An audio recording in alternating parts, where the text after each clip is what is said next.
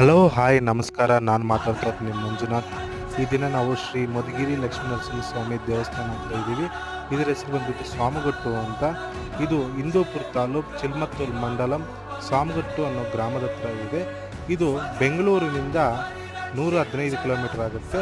ಚಿಕ್ಕಬಳ್ಳಾಪುರ ಮಾರ್ಗದಿಂದ ಬಾಗೇಪಲ್ಲಿಗೆ ಬಂದು ಬಾಗೇಪಲ್ಲಿಯಿಂದ 15 ಕಿಲೋಮೀಟರ್ ಮಾರನಗುಂಟ್ಲ ಗ್ರಾಮ ಬರ್ತದೆ.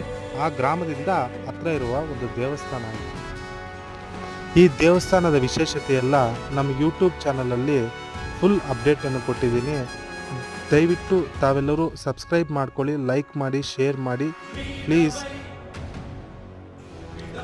ಈಶ್ವರ ದೇವಸ್ಥಾನ ಮತ್ತು ವೇಣುಗೋಪಾಲ ಸ್ವಾಮಿ ದೇವಸ್ಥಾನ ಇಲ್ಲಿ ಪ್ರಮುಖವಾದ ಸ್ಥಾನವಾಗಿದೆ.